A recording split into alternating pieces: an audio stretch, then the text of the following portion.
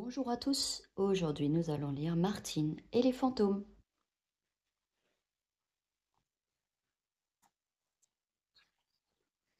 Avec les personnages de cette histoire, Martine, Jean le petit frère de Martine et Patapouf. Ah, des fantômes partout autour de mon lit. Martine se débat et se réveille en sursaut. Aussitôt, elle allume la lumière. Personne. Brrr, fait-elle, quel horrible cauchemar.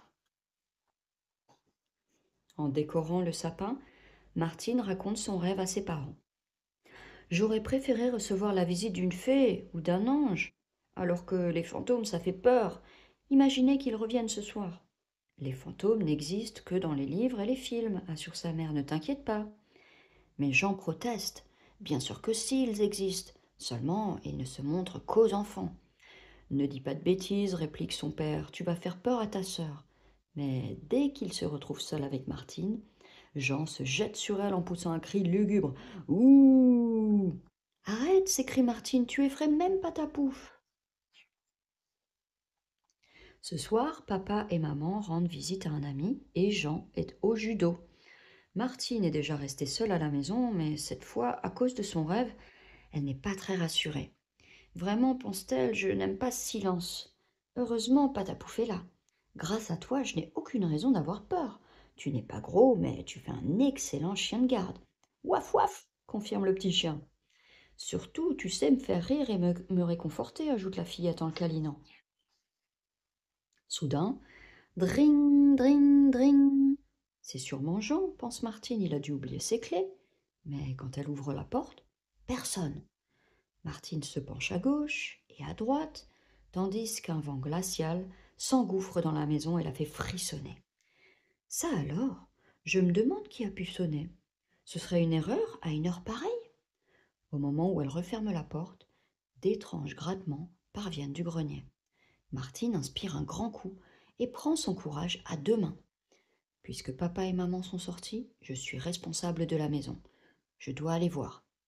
Arrivée en haut de l'échelle, elle fait un signe à Patapouf. Chut, pas un bruit.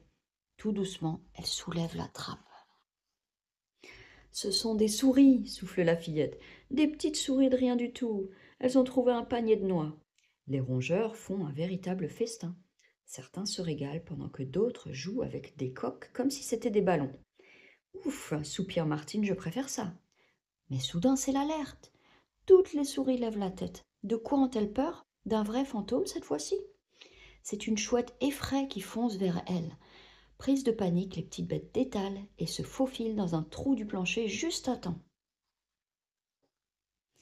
La fenêtre était restée ouverte, s'écrie Martine. Voilà comment la chouette est rentrée. Il s'en passe des choses au-dessus de nos têtes. Allons, la chouette, dehors. Moi, je dois refermer et... Dring! Un nouveau coup de sonnette. Encore? S'exclame la fillette. Elle se penche et aperçoit Jean. Ah, j'en étais sûre, murmure Martine, c'est bien lui. Il veut me faire une mauvaise blague. On va voir ce qu'on va voir. Elle file dans sa chambre. Il me faut un ballon, un cintre, une canne à pêche et un drap blanc, bien sûr. Patapouf observe sa maîtresse avec curiosité. Qu'est-ce qu'elle peut bien fabriquer? En quelques gestes, Martine attache le ballon au cintre et recouvre le tout du grand drap. Et voilà le travail.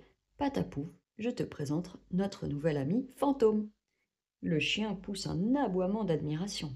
Maintenant, voyons qui est la poule mouillée dans cette famille. Jean sonne une dernière fois. Puis, satisfait de sa blague, il se décide à rentrer avec sa clé. Dans le salon, il fait tout sombre. Bizarre, murmure le garçon. Martine n'est pas là? Il traverse lentement la pièce en appelant Martine. Et soudain, ouh! Jean pousse un cri d'effroi et court vers le couloir. Mais une silhouette blanche surgit devant lui. Ah! Hurle le garçon terrorisé. Un fantôme! Martine se retient de rire et agite sa canne à pêche pour faire danser le drap. Oh, Jean se précipite dans le jardin. Au secours, appelle-t-il. Il y a un fantôme dans la maison, un vrai fantôme. Martine sourit. Elle a gagné.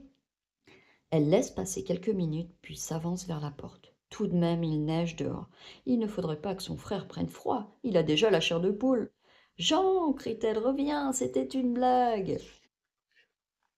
Le garçon rentre alors, penaud.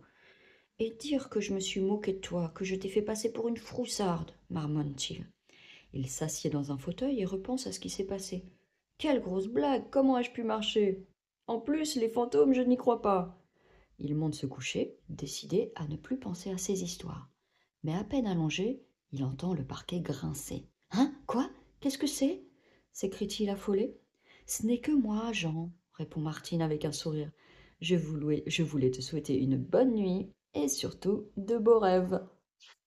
Et voilà, c'est la fin.